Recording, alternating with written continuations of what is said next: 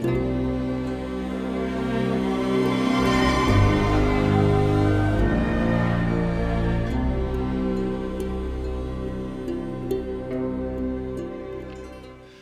this is Yama of Yama Bonsai and welcome to another episode of the Bonsai Academy. Last year we already discussed about defoliating this Acer buergerianum and we're ready for the next step. So today we will be discussing about what we need to do with this tree. And normally it's not usual to do a full defoliation like last time, but for this tree it's super strong and it's important to do the right steps. So for this tree, some branches still need to grow because they don't have the right growth in those branches yet, and other branches they need to be cut back severely because they need to ramify. So that's what we'll be doing today. So in future, when this tree progresses a lot more, we are going to, how do I say it, not completely defoliate it, but for now the tree is that strong that we can completely defoliated. This is recommended for Acer buergerianum because they are very strong trees, and I wouldn't do this for every Acer type.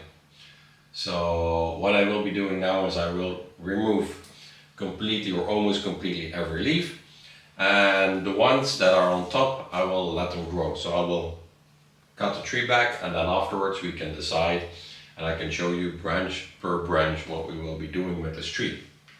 Also, here in the back, a graph was made to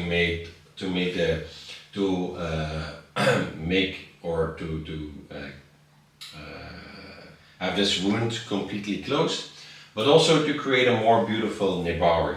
So we are going to remove a little bit, and in time even more a little bit until we can remove it completely. So we create a beautiful root base over there as well. So we'll be cutting these leaves away,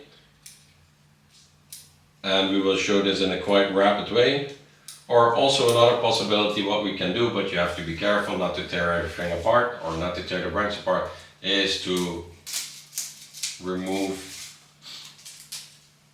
these branches or these leaves like this. This works much faster. And these we let them grow because some branches still need to grow, and I'm a little bit lazy, so I don't want to do the complete work while in the end I'm deciding to cut that branch away, okay?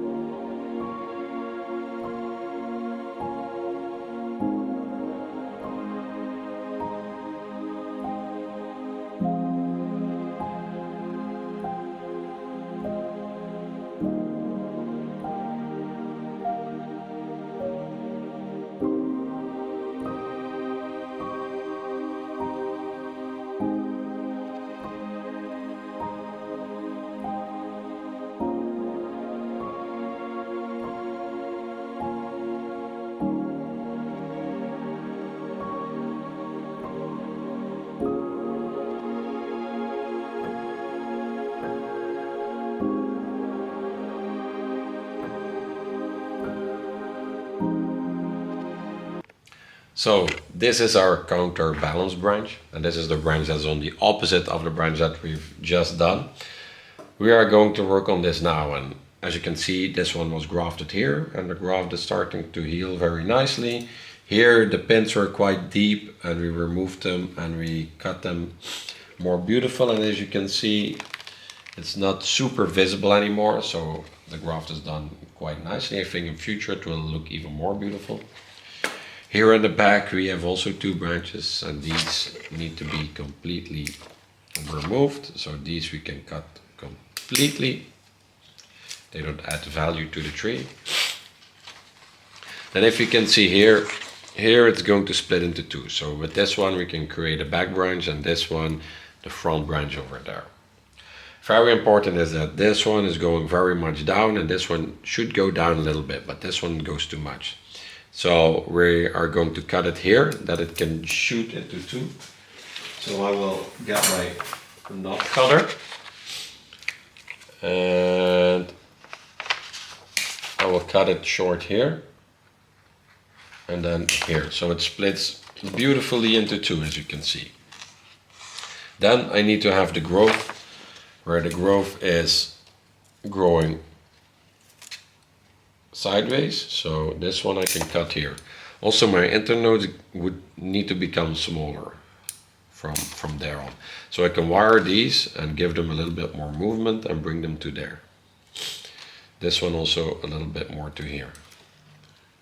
And also important is to have the growth that is growing sideways.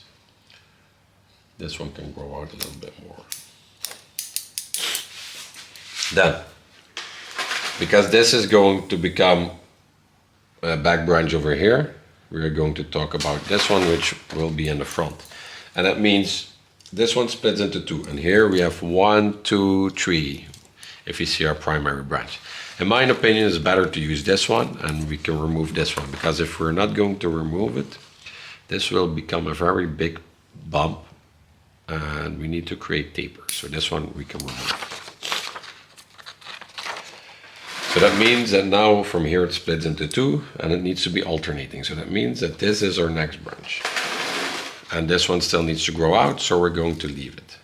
This one grows up top and gives us volume. This one as well. Then if we're having alternating growth, we have this one and then we have this one. So this is correct. And then we need to, then it splits into two again. And then we have this one and this one. And that means this one grows up top. So this one we can remove into 1 or 2 internoids.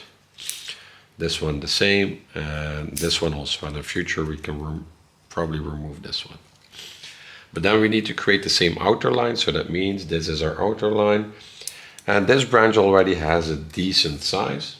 It can become a little bit bigger, but because some things need to grow out a little bit more, I can already cut it. So that means this one we can cut until where it grows sideways. And then we have this one is growing down, so we can cut completely. This part is dead, and we can create taper here. And it's best to create taper here, as you can see. So now we create a taper, and these branches are also alternating. Then our outer line in this way is here. And then here, these branches are starting to become too big, and they need to split into two as well from here. So we can cut this one here and this one here. And this grows down, so we can remove. And then with one wire, for example, we can bend this a little bit more like this. And then we have our foliage cloud here finished as well. So here we have a hollow, and they put 2 components inside of it. They do this or with 2 components or with cement. It's to fill a gap that it will not rot more and more. So this one needs to close with cambium as well. So we heal this the same way, and we open up the cambium layer, and then we put cut paste or wood paste, or whatever you call it, one side of it as well until it's closed completely. And maybe in future we can start to grow a root here or graft a root there as well, so that it will heal very beautiful as well.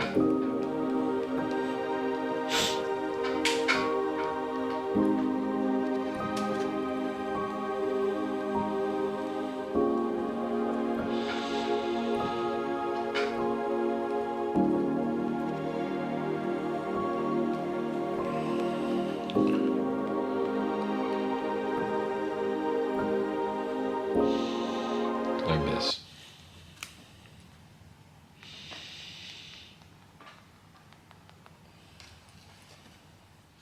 So now every piece is finished. We defoliated the tree. We left some of the leaves of the very smaller buds in the interior of the tree because they need to have it because of growth. Because maybe if we remove them, they will die. Then we wired some of the branches that were necessary to be wired to put in position. Some we used the guide wire to press them more down to create less open spaces.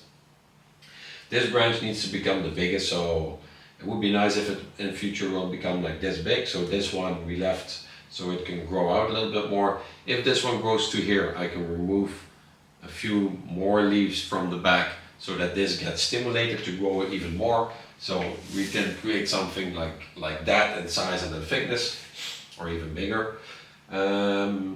Then we cut around the wounds to create, to open the cambium so it gets stimulated to close these wounds as well, together with the cut paste.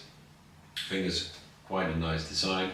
We're going to keep it in this wooden box for 2-3 more years, and then in 3 or 5 years the tree can go in its pot, and then the ramification will be better and better, and the tree will become more beautiful as well. If you can see, we already have a very beautiful outer line, and this imported Japanese tree is on the right path. I thank you again for watching. Don't forget to subscribe, to like our movie like this. And we will see you until the next episode, guys.